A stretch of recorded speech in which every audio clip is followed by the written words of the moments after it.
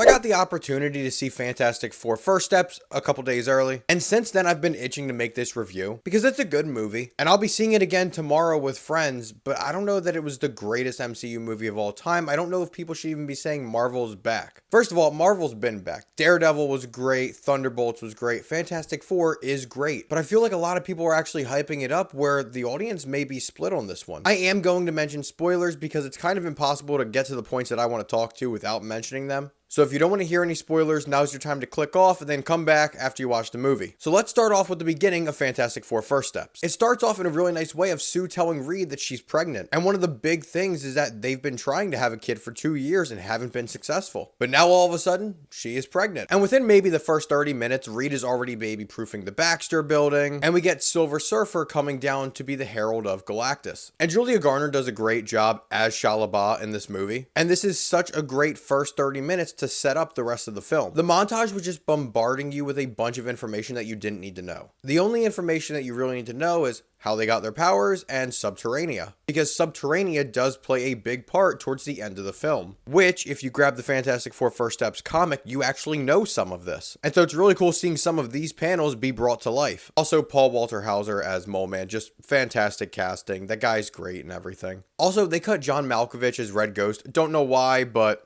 they did. Let's just summarize the rest of the movie so I can give you my thoughts. The Fantastic Four leave Earth. They go see Galactus. Galactus says, hey, I want to have your kid. Pause. Hold up. Run it back. Galactus says he wants Sue Storm's kid, as Franklin Richards will possess the power cosmic. Now, if you're a comic book fan, of course you know Franklin Richards is super powerful, and so it's cool that we're getting that in the movie. Then the Fantastic Four go back to Earth. The entire Earth is like, well, why won't you give up your kid?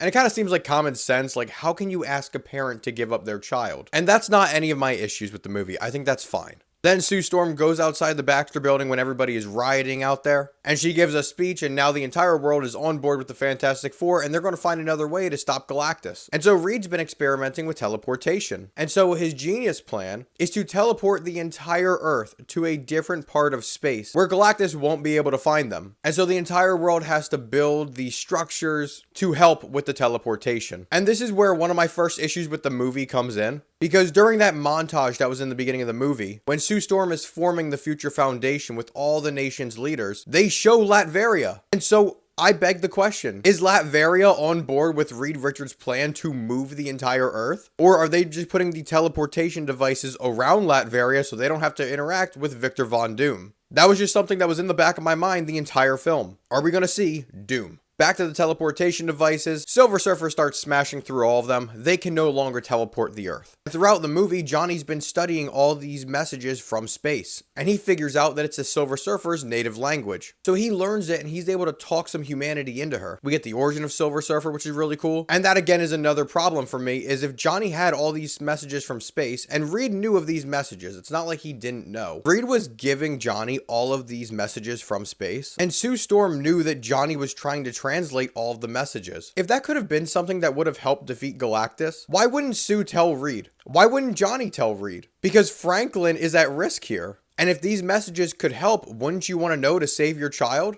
I don't know, just another thought that I had. And so after the Earth can't be teleported, Reed decides he's going to teleport Galactus. And so they need to get Galactus into the center of Times Square to teleport him. Sue has Mole Man and Subterranea help with evacuating New York City, and Galactus comes for Earth. Now they have to use Franklin Richards as bait, so they put him in a little crib, and they kind of preemptively escort him out when Galactus is close to Times Square, and Galactus ends up realizing it's a trap, and he goes back after Franklin at the Baxter building. Galactus throws the thing into space, and Johnny has to go save him. He kicks the Fantastic car, and Sue Storm crashes, and he stretches out Mr. Fantastic. And I honestly thought at this moment, there's a chance Reed Richards may die. Hell, I thought Sue Storm and Johnny were also going to die. But Sue Storm activates mom mode and she goes fucking beast mode. And so all of the Fantastic Four not only save Franklin Richards, but they are able to teleport Galactus in the end. Johnny was about to sacrifice himself to knock Galactus into the teleportation device, and Silver Surfer knocks Johnny out of the way and sacrifices herself. And Sue Storm dies. But because Franklin possesses the power cosmic, he brings her back to life. Which, if you know how powerful he is from the comics, you end up seeing this a mile away. But it's still a good plot point. Now let's get into what I think about the movie. I think it's solid. I think it's a fun, entertaining film. I think the end credits scene of Thunderbolts actually ruins this movie for you. Because if you remember at the end of Thunderbolts, we see the Fantastic Four ship, the Excelsior,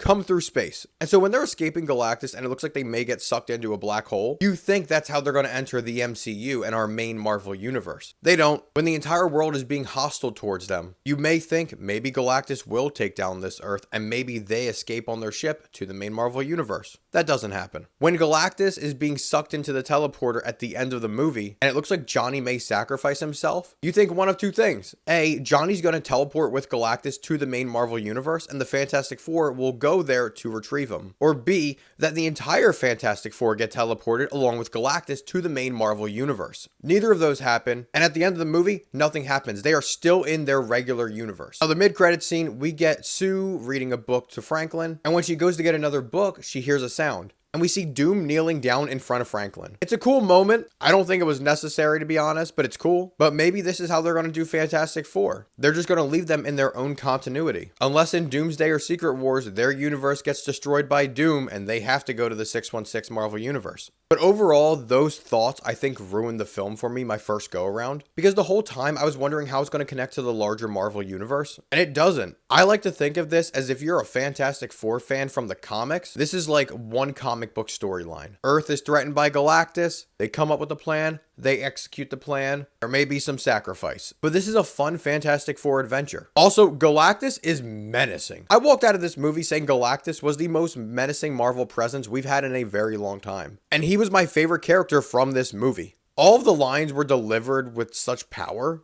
And his presence was felt in this movie. I really hope we get to see more of Galactus in the future as well as Silver Surfer. Because not only are they essential to the Fantastic Four mythos, but they were done so well in this movie. It would be a shame if this was the only time we get to see them. I think one of the best parts about this movie as well is that you can just watch it as a solo film and it's fine. You don't need to have prior knowledge going into this movie. And while there's room for sequels to happen, and of course we know that we'll see the Fantastic Four again, it's a complete story. It's about these space travelers that got powers and now they're stopping a cosmic being.